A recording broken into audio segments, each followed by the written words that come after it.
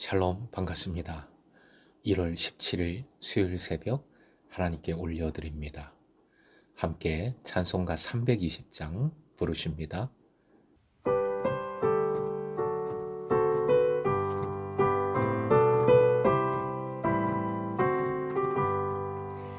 나의 죄를 정케 하사 주의 일꾼 삼으신 구세주의 넓은 사랑 항상 찬송합니다. 나를 일꾼 삼으신 주 크신 능력 주시고 언제든지 주 뜻대로 사용하여 주소서. 주여 내게 성령으로 충만하게 채우사 생명수가 강물처럼 흐르게 하옵소서. 나를 일꾼 삼으신 주 크신 능력 주시고 언제든지 주 뜻대로 사용하여 주소서. 아멘. 오늘 말씀은 고린도전서 10장 23절에서 28절, 고린도전서 10장 23절부터 28절까지의 말씀입니다. 함께 읽겠습니다.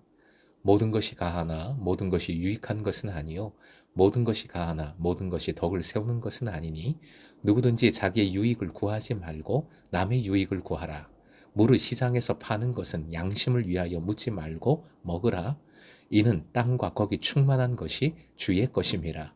불신자 중 누가 너희를 청할 때에 너희가 가고자 하거든 너희 앞에 차려놓은 것은 무엇이든지 양심을 위하여 묻지 말고 먹어라. 누가 너희에게 이것이 재물이라 말하거든 알게 한 자와 그 양심을 위하여 먹지 말라. 오늘의 기도 제목, 참된 자유로 남의 유익을 구하여 복음을 전하게 하소서.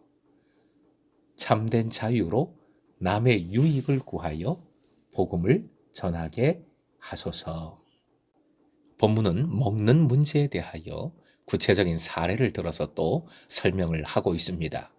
23절 성적 음행을 취급하는 맥락인 고린도전서 6장 12절에서 고린도 교인들의 똑같은 표어가 이미 언급된 적이 있습니다. 모든 것이 가하다는 주장이지요. 여기서는 우상 제물의 음식을 시장에서 사서 먹는 것과 관련하여 이 표가 다시 등장을 합니다. 고린도 교인들이 성령의 경험을 통하여 모든 것이 가하다라는 점만을 자랑하면서 그 특권을 누리려고만 했습니다. 하지만 바울 사도는 모든 것이 가하다는 것 인정하지만 그것이 다 유익한 것은 아님을 강조합니다. 그리스도인의 삶에 있어서 본질적인 것과 비본질적인 것을 구별하는 것이 참 중요합니다. 이게 정말 중요합니다. 이것을 구별하지 못하면 그리스도인의 진정한 자유를 누릴 수가 없습니다. 무엇이 자유인지 인지를 못합니다. 즉 자유가 방종이 되지 않기 위해서는 자유의 목표가 중요하다는 것이지요. 자유의 목표 24절에 나옵니다. 본문의 24절 화면 보시고 한 번 더 읽겠습니다. 시작. 누구든지 자기의 유익을 구하지 말고 남의 유익을 구하라. 자기의 유익을 구함이란 곧 이웃의 연약함을 고려하지 않고 자기의 주장만을 관철시키는 것을 말합니다. 그래서 고린도 교인들 중에 강한 자라고 소위 일컫는 자들은 연약한 자들의 양심의 거리낌에 상관하지 않고 자기 마음대로 행동했습니다. 남의 유익을 구한다는 의미는 반대로 이 처한 어려움과 연약함을 이해하고 공감하고 그들의 자리에서 함께 생각하고 행동하는 것을 의미합니다. 자유의 목표가 자기의 유익인가 아니면 다른 사람의 유익인가에 따라 방종인지 아니면 참된 자유인지가 판가름됨을 다시 명확히 하고 있는 것입니다. 결국 자유의 목적은 이웃의 유익을 위해 덕을 세우는 것입니다. 그래야 공동체가, 교회가 오이코돔에 세워지며 결국 하나님께 영광을 돌립니다. 복음의 증거가 이루어지는 것이지요. 덕을 세운다는 것은 결국 사랑에 의해서만 가능합니다. 이웃과 더불어 의의 믿음을 통해 공동체를 위한 사랑을 베푸는 자리에 들어갈 때에 그 자유는 전체 덕을 세우게 됩니다. 자유는 사랑과 이웃과의 화평을 통해 덕의 자리로 나아가는 것임을 명심해야 하겠습니다. 25절, 시장에서 파는 것은 대부분 신전에서 제사에 바쳐졌던 고기들입니다. 하지만 사적인 도살도 부분적으로는 존재했습니다. 그러니 고기를 살 때 그것의 출처가 어디인가를 일일이 묻지 말고 그냥 사서 먹으라, 자유하라 합니다. 소위 강한 자들이 지는 태도와 동일하게 바울 사도는 말하고 있는 것이지요. 먹는 것의 여부가 하나님께 가게 하는 것이 아니기 때문입니다. 비본질적인 것에 연연하여 본질을 잃어버리면 안 된다는 것이지요. 그러나 양심을 위하여 묻지 말라 합니다. 여기서 양심은 먹는 사람의 양심이 아니라 그 먹는 것을 보고 거리낌을 갖게 되는 연약한 자의 양심을 의미합니다.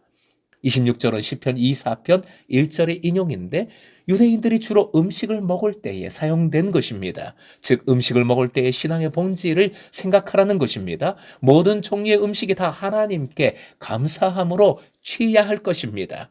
하나님께서는 하늘과 땅의 모든 것을 만드셨고 이 모든 피조물은 다 하나님의 것이기에 하나님을 주인으로 섬기는 하나님의 백성은 먹고 마실 때에 모든 것의 주인 되신 하나님께 감사를 드리고 먹으면 됩니다. 이것이 성숙한 신앙이고 자유인데 이 자유도 연약한 이들을 위해 사랑에 근거하여 제한할 수 있다는 사실이 중요합니다. 그 구체적인 예가 27절이지요. 27절은 그리스도인들이 불신자의 집에 초대를 받았을 경우입니다. 차려놓은 음식을 다 먹을 수 있습니까? 하는 질문이지요. 그럼 고민이 되겠죠. 불신자니까 가지 말아야겠죠. 당연히 우상 숭배에 사용되었던 재료들로 만든 음식일 터이니까 먹지 말아야겠죠. 아닙니다. 아니지요. 복음을 위하여 오히려 불신자들의 집에 가야 합니다. 그리고 그 음식 감사합니다. 정말 맛있겠네요. 음식 솜씨가 대단하시네요. 칭찬하며 함께 어우러지며 그 음식 맛있게 먹어야지요. 식탁 교제를 통하여 함께 그 복음을 전할 수 있는 접촉점을 만들어 가야지요. 이미 9장 20절에서 22절에 바울 사도는 여러 사람에게 여러 모양으로 다가갔음을 말했습니다. 복음을 위한 무엇입니까? 변화, 적극적인 선교적 변화, 선교적 적응성이 중요합니다. 다만 양심을 위하여 묻지 말고 먹으라 합니다.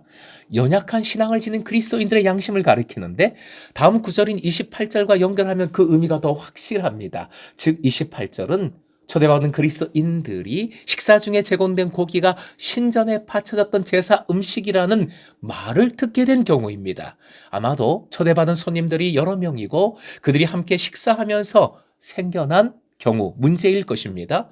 누가 어떤 사람이 이것이 이 제물에 바쳐진 음식이다, 고기다, 그런 음식 재료다라고 말했다면 그 의도가 무엇일까요? 불신자가 시험하는 질문일 수도 있겠고요. 문맥상 연약한 그리스도인들이 아니 어떻게 우상 제물을 먹을 수 있습니까? 하는 그런 혼란스러운 마음에서의 질문이겠습니다. 양심은 바로 질문을 한 사람의 양심인 것이지요. 그 질문에 대하여 아무 상관없어요. 뭐가 어때요? 성숙한 믿음은 그런 거 신경 쓰는 거 아니에요. 에이 하면서 거리낌 없이 그 음식을 먹는 것은 결코 적절치 않다는 것이지요. 사랑하는 예배자 여러분, 어떤 경우에는 먹어야 되고 어떤 경우에는 먹지 말아야 합니다. 이렇게 정리를 하지요. 그리스도인은 언제나 어디서나 예수 그리스도에 대해서는 예, 우상에 대해서는 아니요 해야 합니다. 본질적인 부분에서 그렇습니다. 비본질적인 부분에 대해서는 정말 자유해야 합니다. 모든 것이 가합니다. 하지만 사랑으로 덕을 세우기 위하여 그 자유, 남의 유익을 구하는 자유로 나아가야 합니다. 결국 낮아져서 어려운 이들의 자리로 들어가 그들의 처지에 공감할 수 있어야 합니다. 그것이 예수 그리스도께서 보여주신 성육신의 원리입니다. 성육신의 원리 기억해 주십시오. 자유하되 성육신의 영성으로 이 땅에 오신 예수 그리스도, 이 땅에 사람의 모양으로 사람의 몸으로 오신 예수 그리스도, 이 땅에 오셔서 가장 낮은 곳에서 가장 낮은 사람들을 위하여서 그 십자가의 대속의 죽음을 죽으신 예수 그리스도를 우리는 기억해야 하겠습니다. 이것이 성육신의 원리이고 예수께서 보여주신 참 자유의 모습인 것입니다. 사랑하는 금성의 제자 여러분, 자유하되 성육신의 영성으로 복음을 위하여 사랑으로 섬기십시다. 그것이 진짜 자유입니다. 이 참된 자유로 사랑하고 섬기고 품어 공동체를 함께 세우는, 그래서 함께 행복을 이루어가는, 하나님 나라를 세워가는 금성의 제자 되시길 주님의 이름으로 축원드립니다.